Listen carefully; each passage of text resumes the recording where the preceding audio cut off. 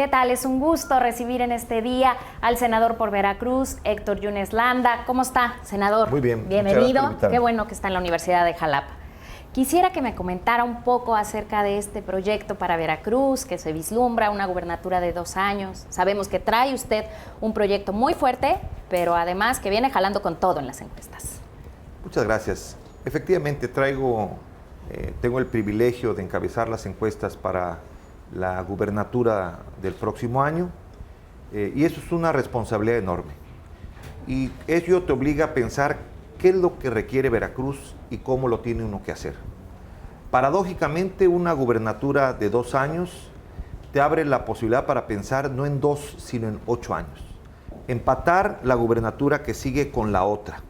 Y empatarla no solo significa que una sigue a la otra, sino que las políticas públicas que se definan para 2 años puedan ser continuadas en los otros 6. Es un cáncer que tiene la administración pública de Veracruz y de otros estados y del propio gobierno federal, la falta de continuidad de buenas políticas públicas. Y remarco, de buenas políticas públicas, porque cuando se habla de continuidad de algunos gobiernos, la gente prefiere que no exista esa, prefiere que haya cambios importantes, y es lo que se pretende, que haya cambios importantes en 2, en 6 y desde luego en los siguientes sexenios. Usted sabe que acabamos de pasar por una etapa electoral federal en el estado, la población socialmente ya está un poco cansada de estos procesos electorales. ¿Qué opinión le merece esto? Porque de pronto ha habido ahí muchas críticas en torno a la gubernatura de 2 años y luego la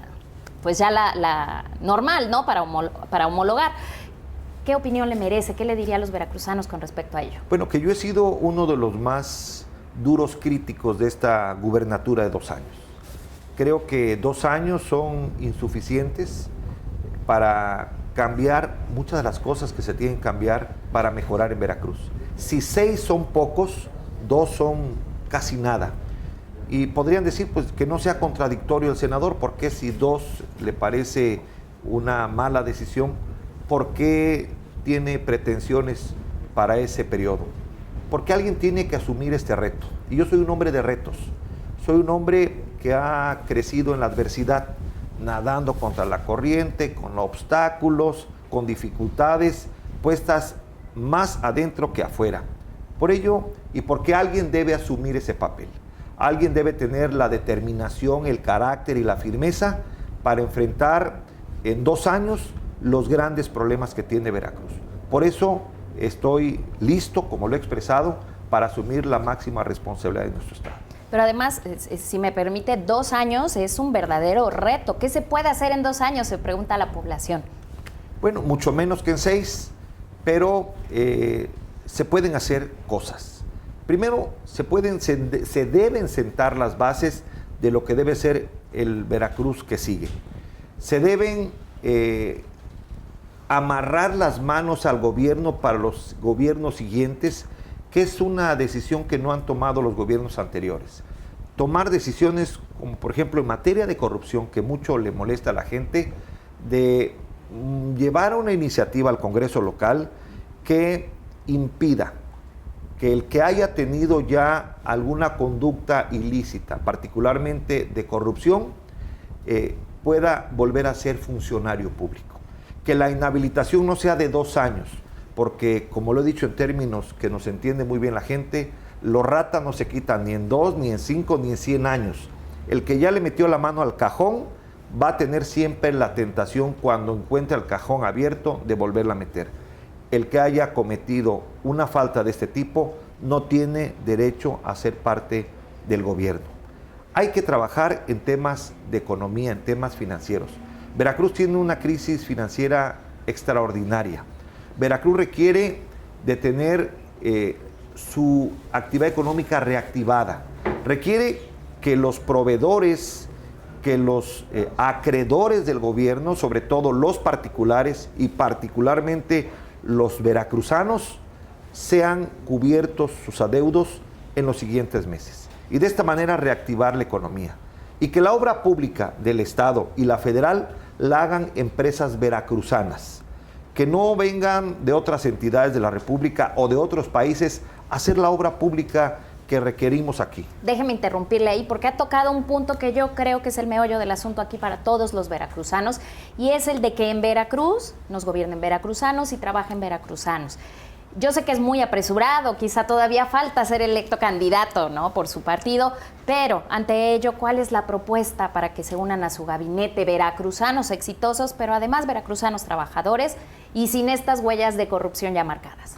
Sin tener que hablar de un caso personal porque la ley no me lo permite, yo quisiera mejor decir que en el próximo gobierno de 2 años, los funcionarios del gobierno estatal deben ser, primero, veracruzanos, y segundo, los mejores en cada rubro, pero además con experiencia. Gente que ya haya participado en algún área de gobierno y que haya mostrado eficacia, que haya dado buenos resultados. Y desde luego, también traer gente de otras entidades, pero a las delegaciones federales. No podemos cerrarnos a casos en donde la eficacia, en donde el desempeño puntual ha dado buena calificación al desempeño de otros funcionarios. Me refiero a un caso en particular, Octavio Legarreta, una persona de Chihuahua que ya fue delegado federal de Agricultura en este estado y que lo extrañamos porque fue un extraordinario funcionario. Creo que él debería regresar a Veracruz a una tarea similar a la que ya cumplió. Y como ellas deben venir, por ejemplo, de Nayarit o de Yucatán, como delegados a un área vinculada con seguridad, porque son los 2 estados más seguros de la República. Tenemos que identificar en cada estado del país, queremos identificar cuál es la entidad más exitosa en materia de seguridad, de educación, de salud, y de ahí procurar que esa experiencia exitosa traerla a Veracruz. Es más fácil tropicalizar políticas públicas de entidades de la República que traer, por ejemplo, a un caso exitoso chino o a un caso exitoso de Argentina o de Estados Unidos. No va ni con nuestra cultura ni va con nuestras condiciones de vida. Usted ha sido un político forjado en Veracruz, forjado pues desde las bases, digamos. Ahora que le toca como senador, pues tener varias visiones del país, ¿qué opinión le merece el trabajo que debe hacerse a futuro en Veracruz? Bueno, en Veracruz hay que hacer grandes cambios. Veracruz es un estado muy rico. Cuando salimos de Veracruz lo presumimos a todos. Tenemos ríos, lagunas, tenemos mar, 72 kilómetros de litorales, tenemos agricultura, tenemos montañas, pero somos lamentablemente el estado del ya mérito. Siempre estamos de que ya nos toca. Vas a la zona norte y dice, ya es tiempo de la zona norte, y nunca llega. Pero además geográficamente es un estado difícil, Veracruz. Claro, por la dispersión de sus comunidades, por la amplitud de su territorio, por la manera como han crecido las comunidades, lo cual dificulta y encarece el llevar el servicio público a estos lugares. Pero, y además, siendo un estado potencialmente tan rico, tenemos todavía 600,000 veracruzanos que no saben leer ni escribir, que casi la mitad de la población, el 47%, está en alguna circunstancia de rezago educativo, que 58 de cada 100 veracruzanos viven en una situación de pobreza. Eso es contradictorio en un estado como Veracruz, que decimos que y además es cierto, potencialmente, solo potencialmente rico. Y que lo tiene todo, ¿no? Efectivamente. Lo tiene todo, pero mal aprovechado. ¿Mal aprovechado por los veracruzanos o...? Hay que decirlo, ¿por dónde? Por sus gobiernos. Claro. Sus gobiernos no han sabido poner orden en esto. No han logrado atraer la mirada del gobierno federal a Veracruz. A ver, está un ejemplo, las carreteras. La infraestructura carretera que tenemos es de las peores de la República. No se justifica. ¿Por qué si vas de Minatitlán a Tampico tenemos carreteras federales y locales también, desde luego, pero nos vamos normalmente por autopistas malas y caras? Y llegas a Tampico y de ahí a los Estados Unidos son carreteras de excelencia y no pagas un solo peso de casetas.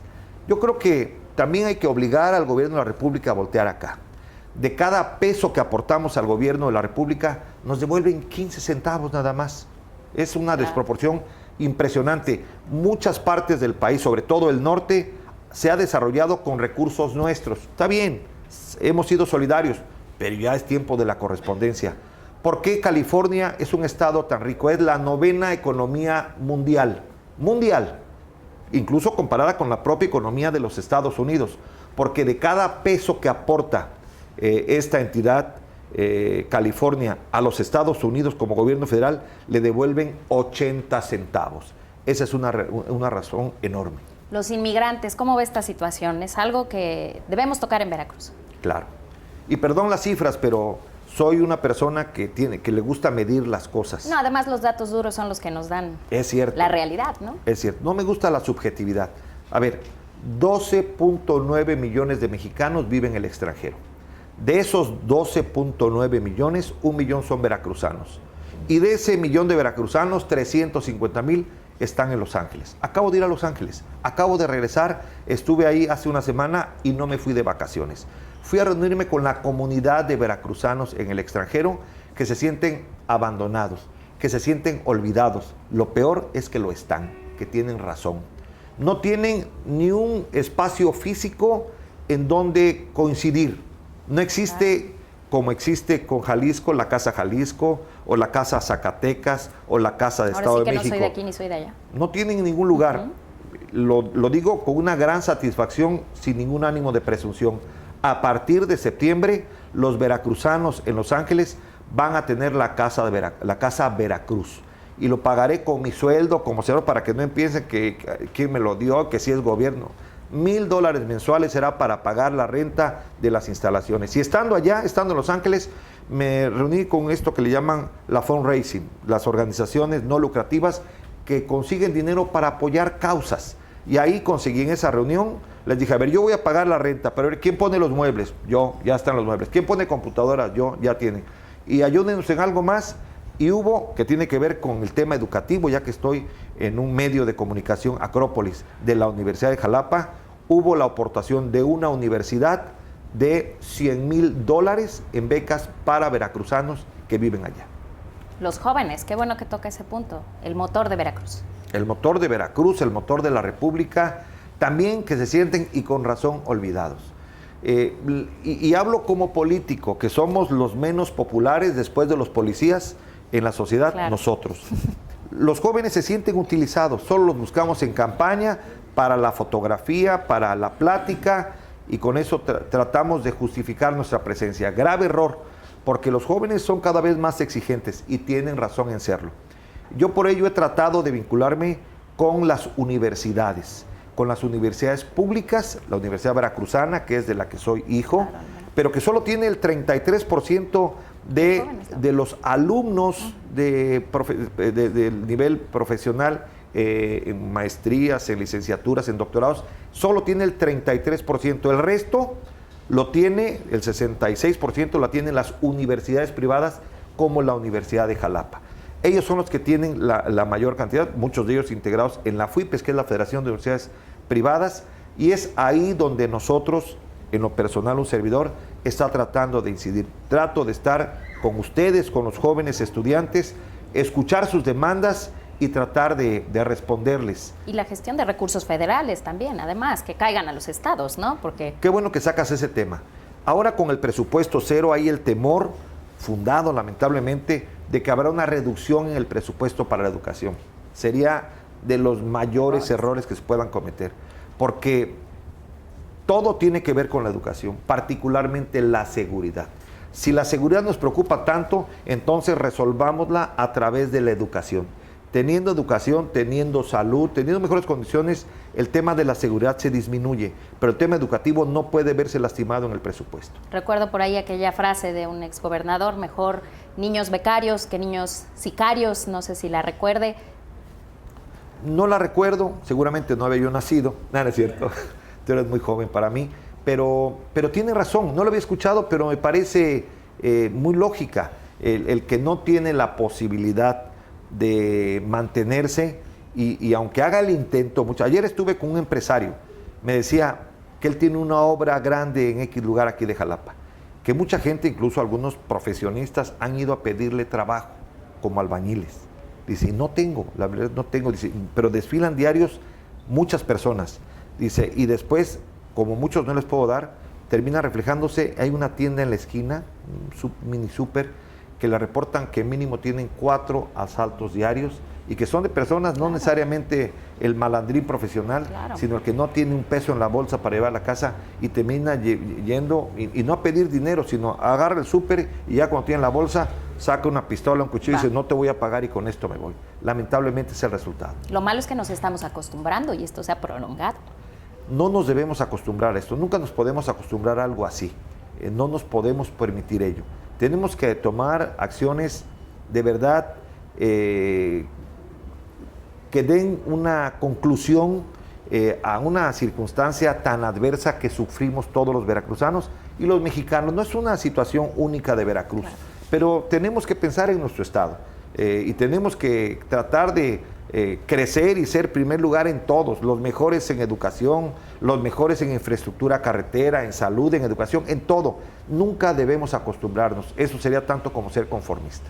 Pues otro sector vulnerable, y por último ya quisiera cerrar con esto, grupos indígenas y mujeres en Veracruz. La equidad de género, un tema que por años hemos estado prolongando. Lamentablemente la mujer en Veracruz, y también hay que decirlo en el resto de la República, son siempre las más discriminadas de la sociedad. Son las que más trabajan y las que menos remuneración tienen. Por eso yo no estoy de acuerdo cuando te dicen, ¿trabaja o es ama de casa? Como si el ama de casa no trabajara, es la que más trabaja. Pero lo malo es cuando eres jefa de familia, cuando eres padre y madre a la vez, que tienes que ser ama de casa y tienes que trabajar en alguna empresa, trabajar simplemente en la calle. ¿Y qué pasa ahí?